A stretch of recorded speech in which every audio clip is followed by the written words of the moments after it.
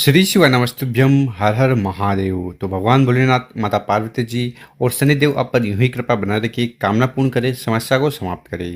तो विशेषकर आज के इस उपाय में आपको पीपल के पेड़ को छूना है और अपनी जो भी दिल की बात है, कामना है, वो कह देना है। गुरुजन का इस उपाय करने के बाद मात्र 7 दिन में आपकी जो भी दिल की बात है, कामना है, इच्छा है, मनोरथ है, वो पूर्ण होने लगता है।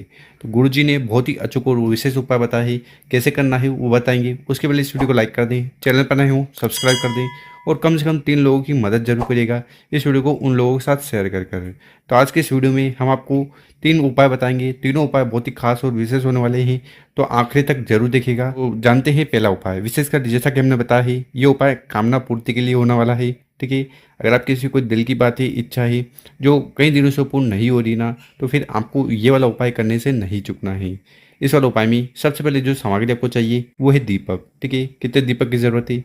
मात्र आपको इस प्रकार से दीपक लेना है। दीपक कौन सा? देखिए, इस वाले उपाय के लिए मात्र और मात्र आपको आटे के दीपक लेना है। तो इस प्रकार से आपको आटे के दीपक ले लेना है।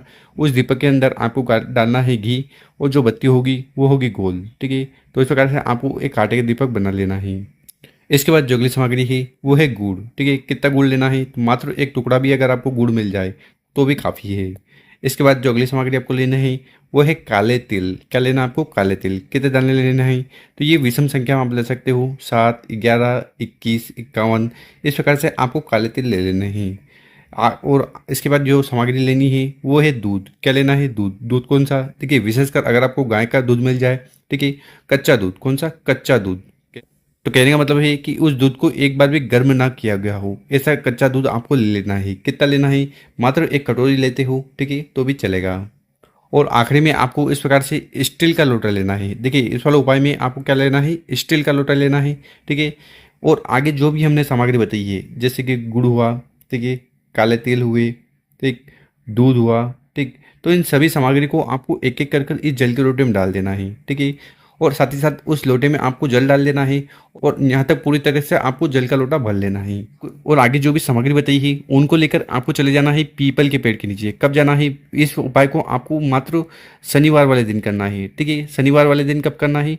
शनिवार वाले दिन आप चाहो तो सुबह कर सकते हो, ठीक है, और समय मिले तो शाम को कर सकते हो। और देखिए, यहाँ पर आप जो एक गोलबत्ती का दीपक लेकर आए ना, ठीक है, उस दीपक को सबसे पहले उठाना है और वहीं पीपल के पेड़ के नीचे उसको रख देना है और जला देना है, पीपलेश्वर महादेव जी का स्मरण करते हुए। साथ ही साथ आपको अपना नाम और गोत्र का उच्चारण कर लेना है और ओम नमः शिवाय, ओम नमः शिवाय इन मंत्रों का जाप करते रहना है। ठीक है, इस प्रकार से दीपक जला दिया। इसके बाद आपके पास जो स्टील का लोटा है जिसमें आपने सभी सामग्री डाली थी, उस स्टील के लोटे को उठाना है और धीरे धीरे कर पूरा पूरा जल आपको पीपल के पेड़ के नीचे समर्पित कर देना है। ओम नमः शिवाय, श्री शिवाय नमस्तुभ्यम इस मंत्र का जाप करते हुए जल को समर्पित कर दिया। इसके बाद आपको एक विशेष कार्य करना है। देखिए, आपको करना क्या है कि आपको अपने दोनों हाथ, ठीक है, दोनों हाथ को उठाना है और इस प्रकार से क्या करना है? दोनों हाथ को उठाना है और पीपल के पेड़ पर इस प्रकार से रख देना है। सबसे पहले दोनों हाथ को अपने सीने पर, अपने छाती पर रखना है और आपकी जो भी दिल की बातें, कामना है, वो कह देना है। उसके बाद दोनों हाथ को आपको पीपल के पेड़ के ऊपर रखना है और जो भी दिल की बात है उसे पीपलेश्वर महादेव जी से कह देना है और प्रार्थना करना है कि यह पूर्ण हो जाए। तो अब यहाँ पर आपका सवाल होगा कि हमें पीपल की परिक्रमा कब करनी चाहिए? देखिए, गुरुजी ने कहा है कि अगर आप 10 बजे से पहले, ठीक है, 10 बजे से पहले अगर आप पीपल के पेड़ के नीचे जा रहे हो शनिवार वाले दिन, तो आप पीपल की 7 परिक्रमा कर सकते हो। उसी प्रकार से अगर आप शाम के समय पीपल के पेड़ के नीचे जा रहे हो तो फिर आपको भूल से भी, गलती से भी परिक्रमा नहीं करनी चाहिए। इस बात का आपको विशेष ध्यान रखना है। देखिए, इस उपाय करने के बाद पीपलेश्वर महादेव जी प्रसन्न होंगे होंगे साथ ही साथ शनिदेव भी बहुत ज़्यादा प्रसन्न होंगे, क्योंकि आपको पता होगा कि शनिदेव जी का गुरु कौन है? शनिदेव जी का गुरु है भगवान भोलेनाथ। ठीक है, तो अगर आप गुरु को प्रसन्न करोगे तो उनका जो शिष्य है वो स्वयं प्रसन्न हो जाएगा। तो इस प्रकार से आपको पहला वाला उपाय करना है। अब जानते हैं गुरुजी द्वारा बताया गया अगला उपाय। विशेषकर ये उपाय भी आपकी जो कामना है, इच्छा है, मनोरथ है, उन्हें पूर्ण करेगा। इस वाले उपाय में क्या क्या सामग्री की जरूरत है वो देख लीजिए। सबसे पहले आपको लेने हैं चावल। ठीक है, कितने चावल की जरूरत है? मात्र आपको इस प्रकार से एक चावल का दाना, एक अक्षत का दाना ले लेना है जो कहीं से खंडित ना हो। इसके बाद जो अगली सामग्री है वो है बेलपत्र। कितने बेलपत्र लेने हैं? तो मात्र आपको एक बेलपत्र लेना है। ठीक है, और इसके बाद आपको जो अगली सामग्री लेनी है वो है फूल। देखिए, विशेषकर आपको सफ़ेद फूल लेना है क्योंकि सफ़ेद फूल भगवान भोलेनाथ को बहुत ज़्यादा प्रिय है। एक सफ़ेद फूल में आता है केतकी का फूल। तो केतकी का फूल आपको गलती से भी शिवलिंग के ऊपर समर्पित नहीं करना चाहिए, क्योंकि उसको समर्पित करने के बाद आपको 1000 गेहूँ तो आपको 1000 गौ हत्या का प्राप्त लगेगा। और आखिरी में आपको लेना है तांबे का लोटा, और उस तांबे के लोटे में आपको अपने घर से, अपने किचन से शुद्ध जल भर लेना है, ठीक है। और दोस्तों, जो भी सामग्री आगे हमने आपको बताई है उनको लेकर चले जाना है शिव मंदिर, ठीक है। ये उपाय आप चाहो तो सुबह कर सकते हो, समय मिले तो शाम को कर सकते हो। और शिव मंदिर में पहुंचकर सबसे पहले आपको उत्तर दिशा की तरफ मुंह कर बैठ जाना है, और जो भी पूजन पाठ पहले करनी है वो कर लीजिएगा। देखिए, विशेषकर इस उपाय करने से अवधूतेश्वर महादेव जी बहुत ज़्यादा प्रसन्न होंगे, ठीक है।